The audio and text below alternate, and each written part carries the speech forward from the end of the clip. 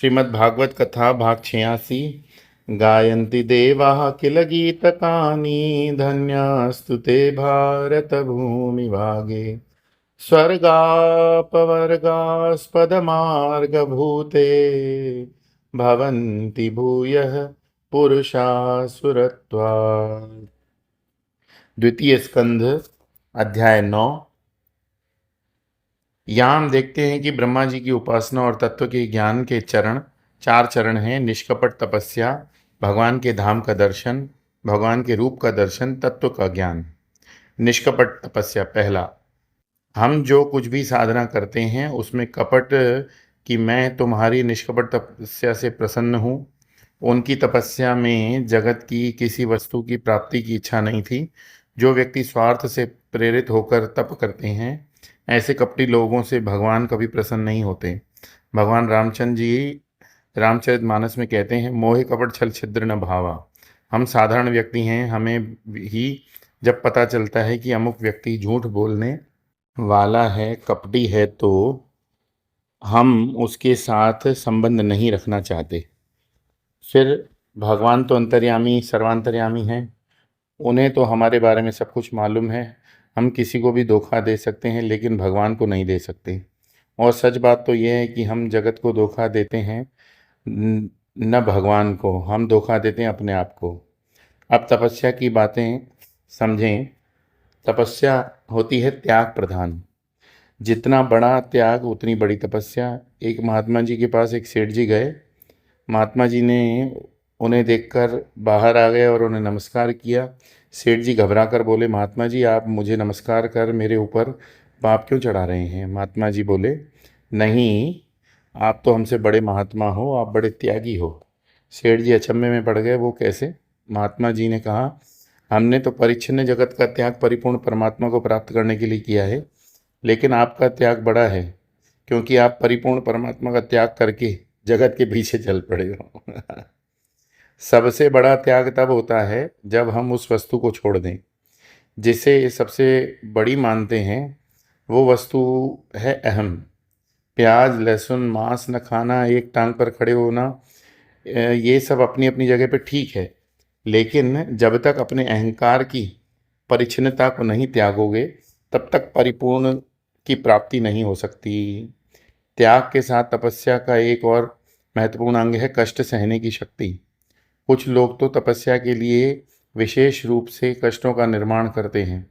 एक टांग पर खड़े हो जाते हैं, चारों ओर आग लगा देते हैं इत्यादि, लेकिन इस सब की विशेष आवश्यकता ही नहीं। तपस्या के ये साधन भगवान ने हमारे प्रेम के वशीभूत होकर हमारे जीवन में पहले ही जुटा रखे हैं। हमें उन्हें ढूंढने के लिए बाहर नहीं जाना पड़ता। हर एक के जीवन में भगवान प्रेम से कष्टों का झरना बहाते हैं। कष्ट आए तो समझ लेना कि भगवान की बड़ी कृपा हो रही है। हमारे लिए तपस्या का अर्थ यही है कि भगवान ने हमको जहाँ रखा है, जैसे रखा है, उसी में प्रसन्न रहना। कुछ लोग सोचते हैं कि घर को त्याग कर आश्रम में रहेंगे तो तपस्या होगी। आश्रम में आकर उन्हें फिर अपना अलग से टेलीफोन चाहिए, अखबार चाहिए। आश्रम के नियमित कर्मचारियों को अलग अलग पैसे देकर अपना व्यक्तिगत काम करवाएंगे। इस प्रकार आश्रम में रहकर अपना संसार खड़ा कर देते हैं। साधना का तो कोई सवाल ही नहीं। इसलिए हमें बार बार कहते हैं कि आश्रम को घर बनाने के स्थान पर घर को आश्रम बनाओ। त्याग की प्रवृत्ति के साथ हर हालत में प्रसन्न रहने का निश्चय करके वहीं रहोगे जहाँ भगवान ने तुम्हें रखा है, तो वही भगवान की सबसे बड़ी आराधना होगी। तपस्या का एक और प्रयोजन है आत्मविश्वास। जैसे एकादशी करने का निश्चय करते हैं तो एक विशेष प्रकार की भूख लगने लगती है और हमें लगता है कि हम उपवास नहीं कर पाएंगे। फिर हम विचार करते हैं कि आज तक मैंने एकादशी नहीं की, तो क्या भगवान ने मेरा तिरस्कार किया? नहीं। तो फिर एकादशी करने से कौन सा स्पेशल परमिट मिल गया? इतना विचार करने के बाद फिर यदि आप अडिग रहते हैं कि नहीं खाऊंगा, तो फिर स्वयं को अनुभव होगा कि अरे, ये संभव है। इस प्रकार दो बातें यदि हों, पहला जहां हम हैं वहीं प्रसन्न रहें, और दूसरा हमारा आत्मविश्वास कभी न टूटे, तो हमारा गृहस्थ जीवन ही तपस्यामय हो जाएगा। तपस्या हमें भगवान के दर्शन का अधिकारी बनाती है। ब्रह्मा जी की तपस्या से ही भगवान प्रसन्न हुए। भगवान के धाम का दर्शन। दूसरा, भगवान के धाम का दर्शन। भगवान जब प्रसन्न होते हैं तथा अनुग्रह करते हैं तो सीधे उनके दर्शन नहीं होते, पहले वे अपने धाम का दर्शन कराते हैं। ब्रह्मा जी ने भी वैकुंठ लोक की निर्मल शोभा देखी, भगवान के दिव्य पार्षदों का दर्शन किया।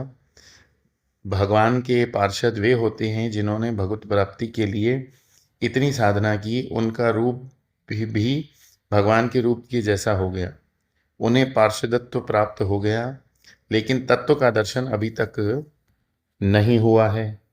वे भगवान का नाम स्मरण ध्यान इत्यादि करते रहते हैं, तब जाकर उस लोक से हटकर वे परमात्मा के साथ अभेद वृत्ति प्राप्त करते हैं। यानी भगवान के धाम का दर्शन हो जाता है तो भी साधना परिपूर्ण नहीं होती। भगवान के लोक के दर्शन का तात्पर्य है साधक को दिव्य अनुभूतियां होने आने लगती हैं। स्थूल देह नहीं यहीं रहता है, लेकिन सूक्ष्म देह भगवान के नाम का स्मरण करते करते ऐसा हो जाता है। भगवान के सिवा और कोई कुछ सूझता ही नहीं। हम भगवान के दिव्य लोकों के दर्शन करने लगते हैं। पतंजलि योग दर्शन के विभूति पाद में इसका वर्णन बहुत विस्तार से आता है।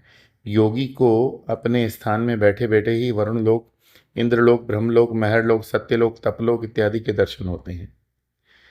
भगवान के रूप का दर्शन, भगवान के रूप, भगवान के लोक के दर्शन के साधना की इति नहीं हो जाती, इसके उसके बाद साधना चलती रहती है तो भगवान के दर्शन होते हैं। यहाँ भगवान के रूप के वर्णन में पहली बात यही है, उसका मुख प्रसन्न मुस्कान से युक्त है। कहीं भी भगवान का वर्णन पढ़ लें, पहली बात यही लिखी हुई मिलेगी, मन में क्या चल रहा है। उसे चेहरा आईने की भांति दिखा देता है। जिसका मन भगवान में लग गया उसके चेहरे के पर प्रसन्नता स्वाभाविक आ जाती है। इस कथा में एक और दिलचस्प बात आई कि भगवान ने प्रेम से ब्रह्मा जी के से हाथ मिलाया। प्रिय प्रियम प्रियतमा करे स्पर्शन। हमारे शास्त्रों में भी हाथ मिलाने की परंपरा का वर्णन है। इसी प्रकार का वर्णन रामचरितमानस में भी आता है। भगवान जब सुग्रीव से पहली बार मिले तो उन्होंने हाथ मिलाया था। फिर धर्म धुरंधर लोग कहते हैं हमारे समाज में, उनकी दृष्टि में जरा जरा सी बातों में धर्म और संस्कृति का नाश होता है। मुझे ऐसे लोगों से बड़ा डर लगता है कि एक बार दिल्ली में बच्चों के बीच बैठा था, सबसे हाथ मिला रहा था। वहाँ ऐसे धर्म धुरंधरों ने हमें देख लिया, आकर के मुझे कहने लगे, स्वामी जी आपने जिस प्रकार बच्चों से हाथ मिलाया, इसकी अनुमति हमारे शास्त्रों में नहीं है, हमारे धर्म में नहीं है। आपके ऐसा करने से बच्चों में गलत संदेश जाता है। मैंने कहा आपको धर्म की अपच हो गई है। धर्म को अपने स्थान पर रहने दीजिए, आप अपने स्थान पर रहिए। हमारे शास्त्रों में भी प्रसंग आता है, भागवत में भगवान ने ब्रह्मा जी से हाथ मिलाया।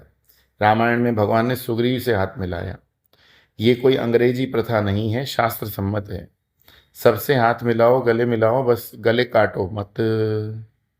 चौथा है तत्व का ज्ञान। ये अंतिम स्थिति है जहाँ पहुंचकर साधक को कृतकृत्यता की अनुभूति होती है। इसके बाद कुछ पाना बाकी नहीं रहता, और यह स्थिति साधक की तपस्या और भगवान के अनुग्रह से ही क्रमशः आती है। बोलिए श्री कृष्णचंद्र भगवान की जय। श्रीमद् भागवत महापुराण की जय।